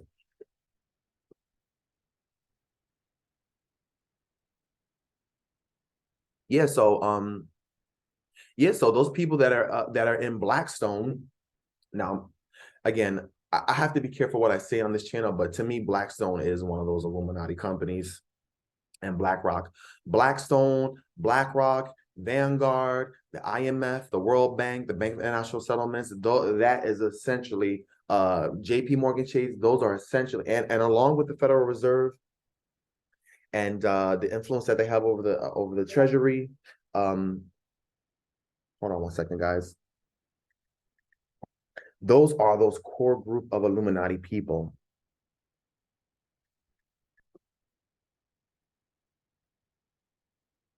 Those are those core group of guys. Bear with me. I got a little bit of a text message here. It looks like my job.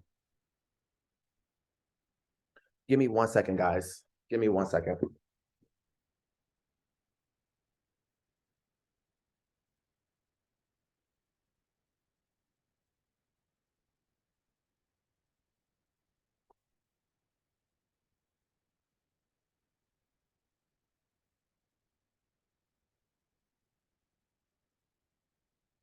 So sorry, guys. That's my job calling me. I am an independent contractor.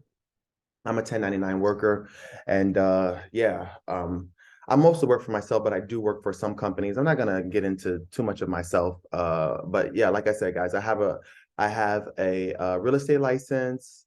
I'm a licensed realtor. I'm currently not practicing at the moment because real estate is basura. And maybe in one podcast, I can get into that. A lot of real estate agents are quitting. Not to say that there's not any money in it, but there might be more pressing issues than trying to sell people homes and overvalued homes and houses and apartments at high interest rates. There might be other things like growing your own food that are more necessary. But anyway, so yeah, those investors can't get their money out of Blackstone. And again, those core group of people, I have to say allegedly because I don't know what I can and cannot say here. And honestly, I don't want to be sued. But guys, the writing's on the wall. Blackstone, BlackRock, um, uh, the Bank of International Settlements. Let me see if I can show you guys a book to look into. I'm going to stop sharing my screen real quick because I have to do a little bit of a search. Again, it's your boy Jay. This is a Digital Revolution podcast.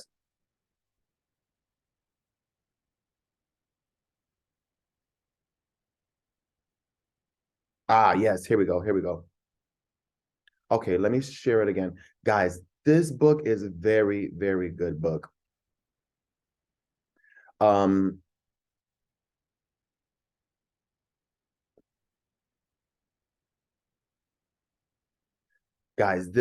this book, it really this book doesn't deal in conspiracy theories. This book is more scholarly, more academic, and it gets into who the elite people are, who those core group of people are, and it breaks it down. There's only really 300 people that control the world. Guys, get into this book, The Global Power Elite. Peter Phillips. Let me just read some of this here. A look at the top 300 most powerful players in world capitalism who are at the controls of our economic future. Who holds the purse strings to the majority of the world's wealth? There is a new global elite at the controls of our economic future. And here, former project censor director and media monitoring sociologist Peter Phillips unveils for the general reader just who these players are. The book includes such power players as Mark Zuckerberg, Bill Gates, Jeff Bezos, Jamie Dimon, and Warren Buffett. Now, I don't know if Buffett is in the Illuminati or not, but that we shall dig a little bit more. But definitely Bill Gates is in it. Definitely Mark Zuckerberg with the CIA, Jeff Bezos. A lot of these people are rich. They're the wealthiest people, but from what I understand, that they have people that control them as well. Um, as the number of men with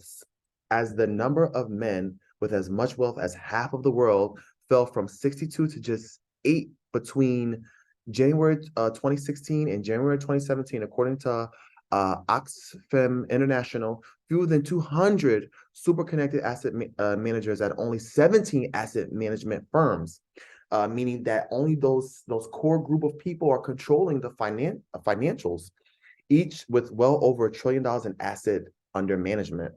And BlackRock is at the head of that, guys.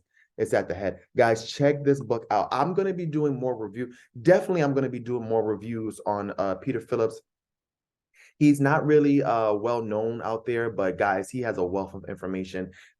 If you're interested in understanding who these people are, and again, in this podcast, I was trying to explain and extemporate on the fact that you had the old world Illuminati groups into the new world Illuminati groups. A lot of these people are descendants from those 13 bloodlines, but again, they changed their name so that it's very hard to understand. So yeah, so where were we? Okay, so let's close out of this. We'll get into Egon von Grers. We got into where the Illuminati are coming from media, and that's where you get media from the Medes, and that's why the media is full of lies. You got Medo-Persia, and that's where you get the Medici family from, because they come from Medo-Persia, these banking families. And essentially, we're talking about banks and how right now the banks are at the forefront, and it's these descendants of these banks that are controlling these banks. But let's get out of that. We went over chemtrails. We were going over. I'm just flabbergasted by the gold. Like, wow, unobtainium, can't get the gold. So yeah, Matthew Piepenburg from Gold Switzerland. This is Egon von Griss's website here, guys. Check Egon out. He is the top of the top. He is my microeconomic soul father. I consider him like my macroeconomic father. You know, everything I learned from Egon. He has taught us well, guys. And I am just piggybacking off of everything that he says. This is a great man. Hopefully one day I will get to interview Egon. I know I'm a little potty mouth on here, but that's just me. Yeah, Silicon Valley Bank collapse. Just how safe is the banking system? Matthew Piepenburg. The importance of wealth preservation in today's economy. So Egon von Griss, guys. So some investors are conservative, like Jim Ricker says that you should have, and a more conservative investor will have 5 to 10% of their net worth into gold and silver as an insurance from a collapsing currency. However, you have some investors that are all in, like Egon von Griss, where 80%, 90% of most of all their wealth is in precious metals, particularly gold. Egon is more into gold than silver because silver is considered, excuse me, silver is considered more volatile. So yeah, the importance of wealth preservation. Guys, check out his videos, check out his podcast, check out his articles. It's a wealth of information. So we went over BlackRock. We might be going over that. We might be going over that. We went over Peter Phillips, Giants. Guys, get that book. Get that book. We went over the price of gold. We went over the Illuminati and exactly who they are. We went over Finviz. Oh wow, what is that? We went over Finviz heat map. We went over the REITs. And guys, a REIT here, a REIT or real estate investment trust are companies that own or finance income producing real estate across a range of property sectors. Well, guess what, guys? Them people that are investing into real estate, because real estate is very volatile. It's either the real estate market is going to crash the market or the market is going to crash it. Either way, they're all involved in each other. That we live in a Jenga economy, like Lynette Zhang says. You know, if one part of the economy falls down, it all falls down. If one bank is getting sick, then they're all getting sick. So guys, look out for that. And so yeah, a lot of these investors that are in these REITs that are invested into them, well, the property market, the commercial market is bringing them down. And but yeah, let's get into a little bit of Matthew. And back with us today is our good friend Matthew. Oh, guys, I love Liberty and Finance, guys. Guys, please like and subscribe to my channel. But this is Liberty and Finance. This is one of the wealth of information of independent news journalism that is still on YouTube, guys. Eventually, they're going to take down this information. So, you know. From Matterhorn Asset Management. We're going Matthew, thank you so much for joining us today. Well, it was good to be here, Elijah. Looking forward. That's Matthew Piepenburg. I wanted to ask you about what we've been seeing in the banking system, obviously. There's a whole lot of topics to discuss, but the bond market is tied into this as well, which you've been talking about for a while, and your latest article is about the bond market. So can you give us kind of a broad view of what you're seeing happening in the financial system right now? It seems like a lot of earthquakes going on right now.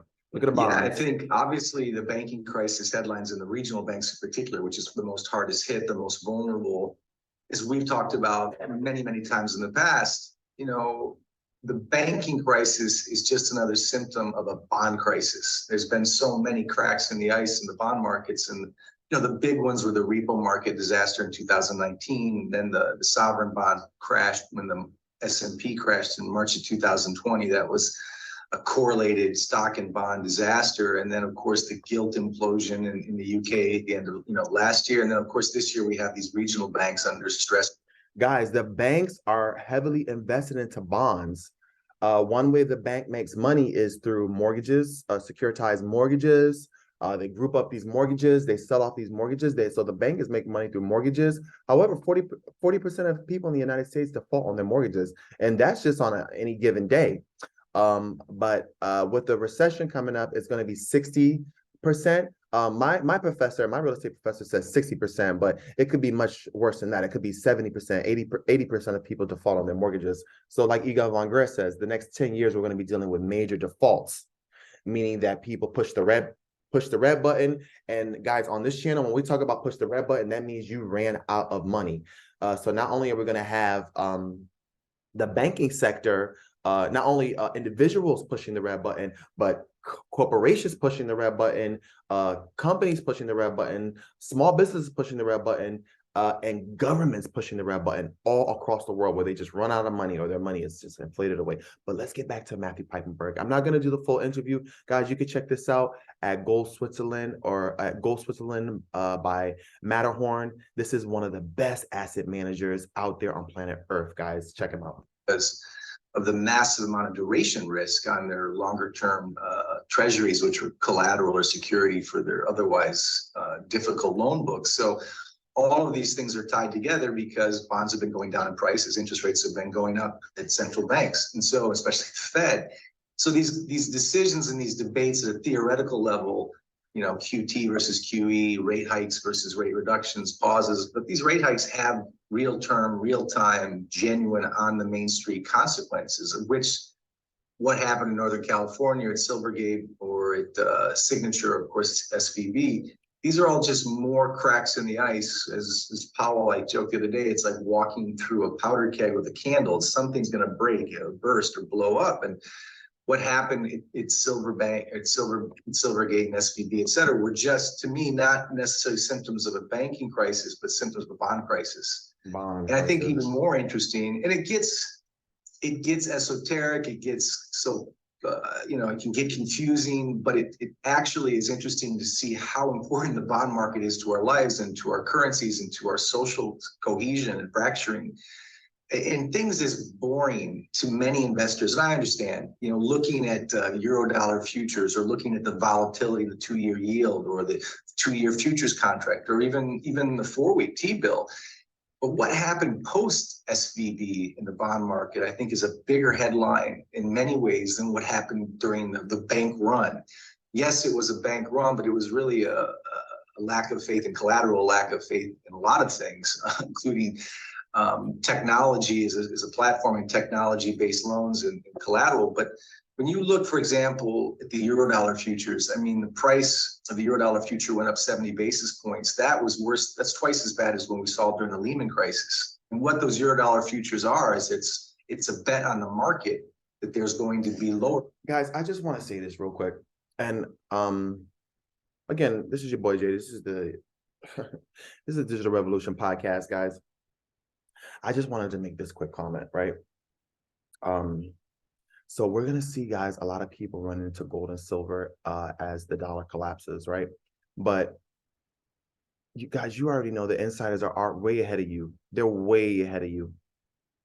Now, we learn through ICM trading, through Lynette Zhang, and through other very intelligent people that the not the federal bank, but the central banks have been buying up more gold and silver than ever in the history of time. I think since the 60s, they've been buying up gold. So secretly, the central banks have been buying up gold. All right. So they've already been buying it up. But they are at the same time, the banks and the central banks that are trading the market and propping up the market, they are suppressing the price of gold. So we're seeing a lot of retail investors buying gold, but not a lot of institutional investors. However, I think that the gold trade is over. It's like soon as people are talking about the gold, soon as the public starts talking about it and it starts to break into the general public's awareness, the trade is over, guys. Guys, the next trade is going to be water. The next trade is going to be water, commodities, right? So try to get into it now. And it may not necessarily be something that you see digits on a screen.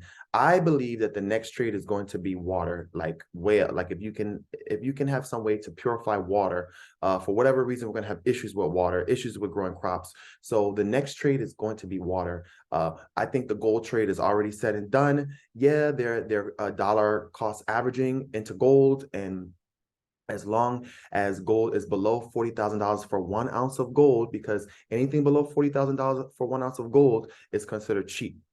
So I just wanted to interject with that, and let's get back to the interview with Matthew Piepenburg. So yeah, again, my theory is that the gold trade is pretty much over, and that there's going to be plenty of people that are going to rush into it, but the smart money has already rushed into it. The smart money has got to be at least 1 year ahead. So the next trade is going to be actual water. It's going to be investing into water. But let's get back into the interview. In the next 6 to 12 months, depending on what your contract is.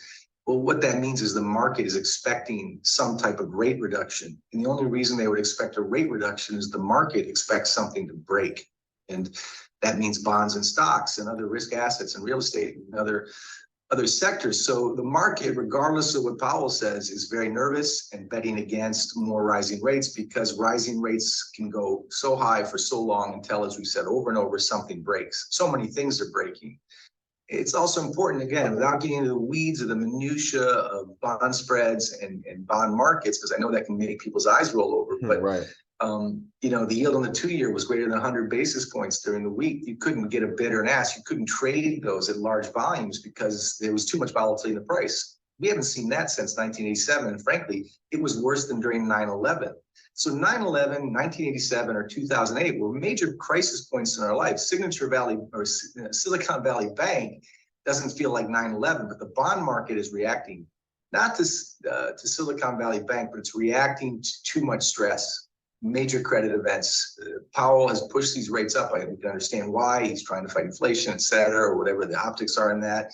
We're trying to reduce the Fed's balance sheet. We're trying to kind of calm the years and years of QE. But the consequences, the markets are so addicted to that. And the consequences of that in the bond market. Like we were saying, when they talk about QE, quantitative easing, that's another fancy word for saying that they're printing money. And what Matthew Piepenburg is saying, which is what I see in these markets, is that the Fed is buying up these markets, and the market is addicted to the fake money. Again, all these prices. Let's see what it's doing in the day. Yeah, all these prices are smoke and mirrors. It's being propped up by the Fed. And right now we're seeing like a little bit of a consolidation right here. It looks like it's retracing itself. Yeah, it looked like it fell below its Tinkin. But anyways, yeah, these are all smoke and mirror markets. And like Matthew Piepenburg is saying, that they're addicted to the fake money. But let's continue.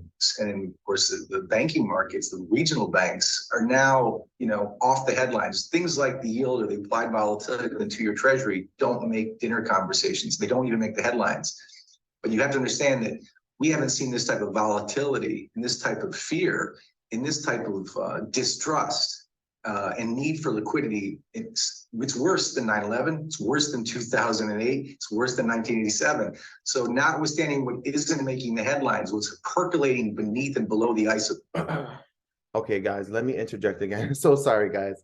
But yeah, hopefully, again, this is your boy Jay. This is Digital Revolution Podcast. If you're just tuning in, guys, I just take everything that's in the alternative media and I'm reporting on everything that's going on in the alt media and have my little comments on it. But guys, yeah, I hear what Matthew Piepenburg is saying.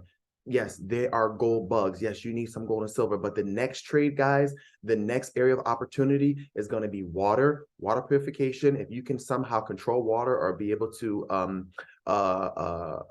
provide water, or clean water, fresh water in abundance, you're going to make money. But the other trade is going to be food. It's going to be a food trade. Once we get into this volatility and stock market collapse and the devaluation of the dollar, all these stocks are just going to go to their true evaluation. It's just all smoke and mirrors. Again, everything in the stock market is priced in dollars. So if the dollar goes to zero, you can have $1 billion, but $1 billion times zero is zero. So when you cash out your Tesla, when you cash out your Microsoft, you're cashing out for dollars, and dollars that are going to be worth nothing. So therefore, what is the stock valuation worth? Yeah, these investors, they might make a little money. I think what they do is they make money short term, and that's why you see the inverted yield curve.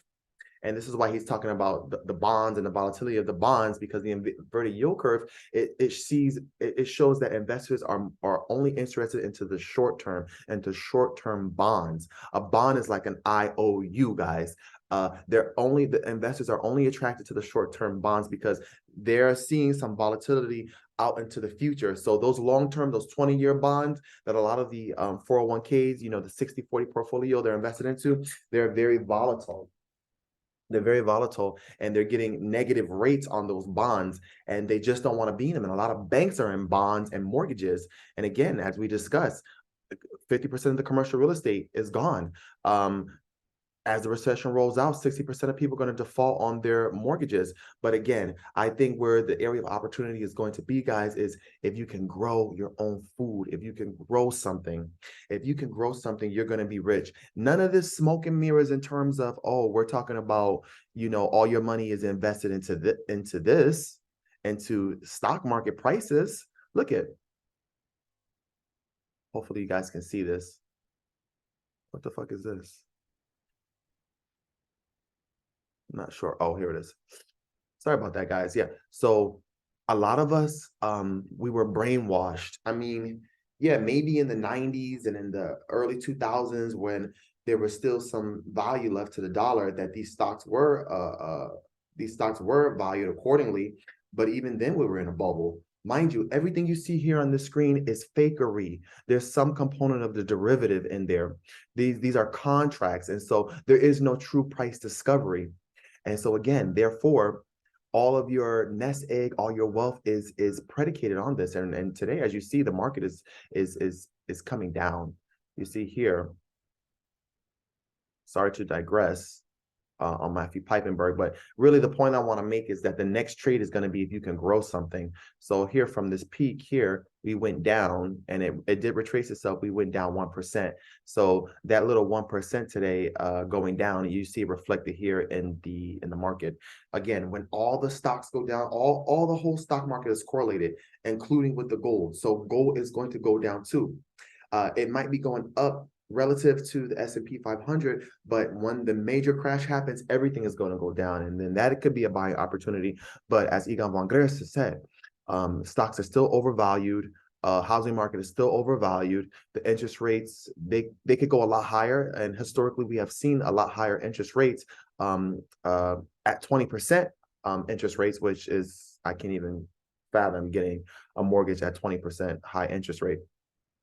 But yeah, so I just wanted to say that, guys, the next trade is not going to be you investing worthless pieces of paper into this abstraction of a stock market that's being propped up with fake money from the Fed and being day traded. Yeah, the day traders are making short-term gains, and hopefully they're taking their money and putting it into actual gold and silver because they know that the dollar is going out. So yeah, I just want to say that water and commodities, a commodity is anything that you can basically buy in the grocery store, and you add to that gold and silver along with oil, and that would basically be all the commodities. And then you can add a little bit more to that. That's not just all the commodities, but that's essentially what it is. Anything that you can buy in the grocery store is a commodity. You add gold and silver to that commodity, and we'll talk about the commodization of the world very soon. But I think the next trade, really, already they've already gotten out of well, not gotten out of gold. They are still going to do the gold trade, but if you're arriving at gold now, you're late, because it's already been a year since they've been accumulating gold. They've been accumulating. Nobody really knows how much gold any of these countries have. Yeah, they say China has this much, Russia has that much, but nobody really knows how much the United States has. And we could very well have a lot of gold, but just like how you can take your money out of the system and convert it into gold and the government can't see, the government can do the very same thing. And we don't know exactly how much gold they have. But according to Lynette Zhang, the central banks bought up more gold than ever in the history of time. And so, but if you arrive into gold now, yeah, you need it, get it. But essentially, you're already late to the game. And I think that the next phase of this is going to be farmland, cultivating farmland, water, commodities, and if you can grow something. So let's get back to Matthew Piepenburg. Guys, please like and subscribe to my channel. It's your boy Jay. This is the Digital Revolution Podcast. Bond market is a lot of distrust, a lack of faith. And I'll just say one more thing, Elijah, on the banking crisis that made the headlines. But again, underneath that banking crisis is really an economic crisis driven by credit crisis. It's important to realize that why didn't, for example, Silicon Valley Bank or these other banks go to a discount dealer, discount window, repo market, try and get a loan against their collateral? They can take a haircut. They've got $100 million in collateral, get a $90 million emergency loan to avoid, liquidation or receivership. Why didn't that happen?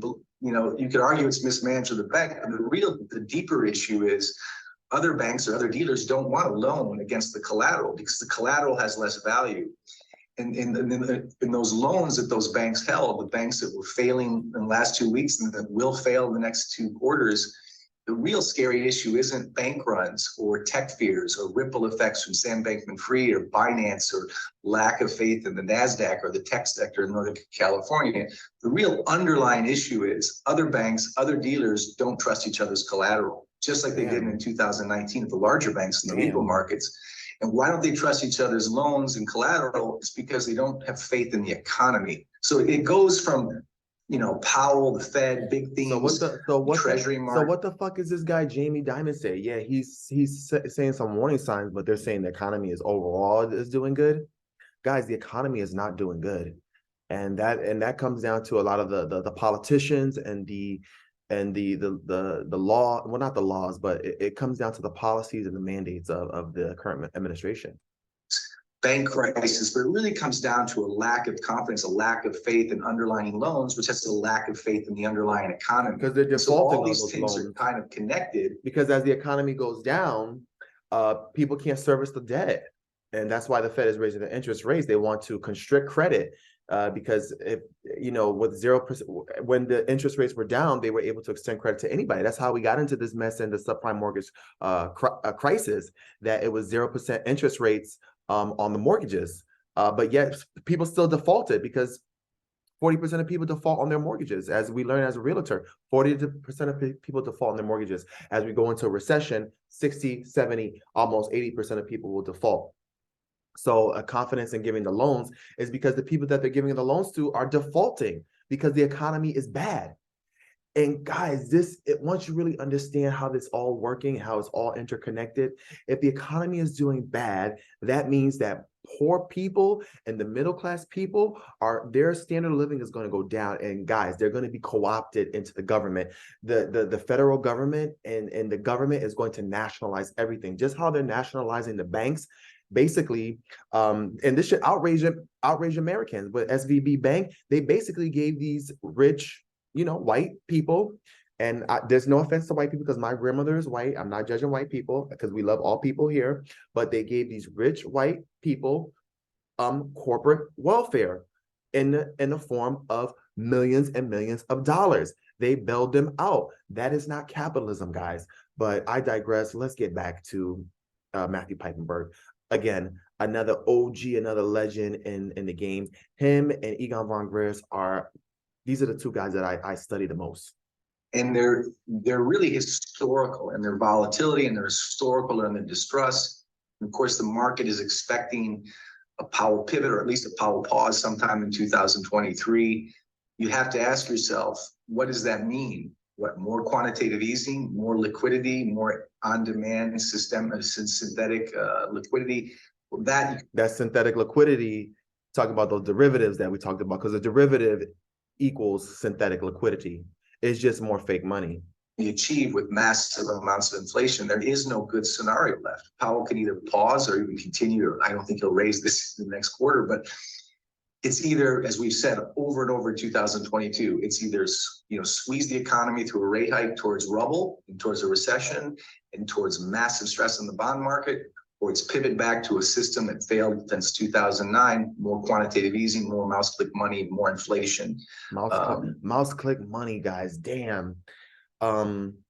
And as a result of the mouse click money, and I was seeing this in the last podcast, the fact that this core group of people can print money in the banks, they can use fractional reserve banking to create more money than they actually have, and the Fed can print more money than they have. It creates all these weird relationships in society.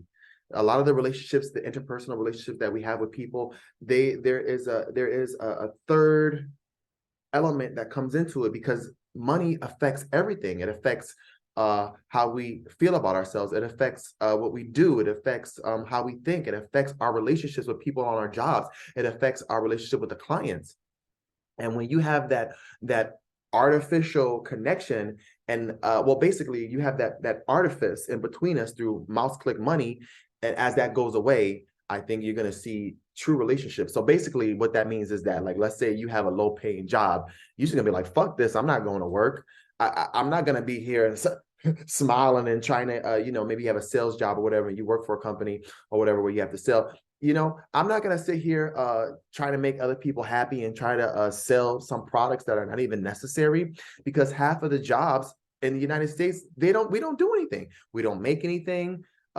We barely grow anything here. I mean, we do have farms here, but 70% of our industrialization is in China, and we're having issues with China right now. But who really controls China? That will leave for another day. But as we see the collapse from that old illuminati system, that old central bank system, and we go through the pains, just like having a toothache, we go through that pain, and we go through a healing phase, or we go through the tribulation period. Those relationships hopefully will get a little bit better. And I make the analogy of a person that goes on that has a low paid job, that's in like a sales job, and has to go to work and smile and try to get people to buy stuff. Eventually those jobs will go away, and there'll be a whole new relationships. That mouse click money creates strange it creates strange dynamics in society, is what I want to say. But yeah, that's Matthew Piepenburg. You could go over this interview here at Liberty and Finance when they post it. But before I end this, let's go to usawatchdog.com. I did another usawatchdog.com review, but let's go here with Martin Armstrong has to say. Greg Hunter, welcome to usawatchdog.com. With us, a world-renowned geopolitical and financial psychoanalyst with his famous Socrates program, and things are just coming at us at such a pace. The train derailment in Ohio. We have Biden over there under sirens in Ukraine. Looks like he wants to have a war. And this guest said this a long time ago. They want a war. And if you look at, the geopolitical. Right. We've been seeing this on my podcast as well, that, the G7 banks and the powers that be for the G7, they want a war with Russia because for whatever reason, they want Russia. And I think Martin Armstrong is going to elaborate on that. I'm not going to do the full interview, guys.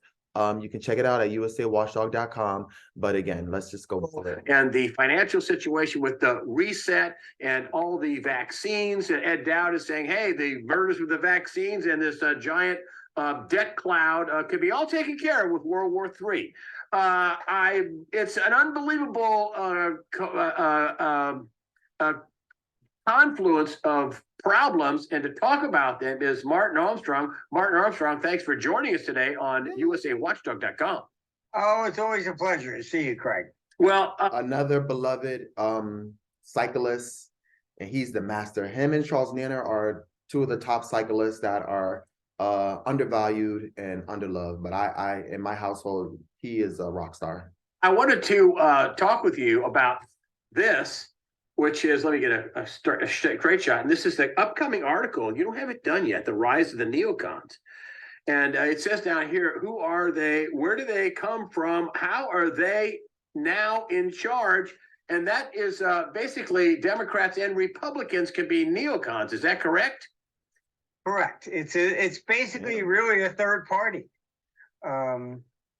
I've been asked this so many times. Who are they? Where did they come from?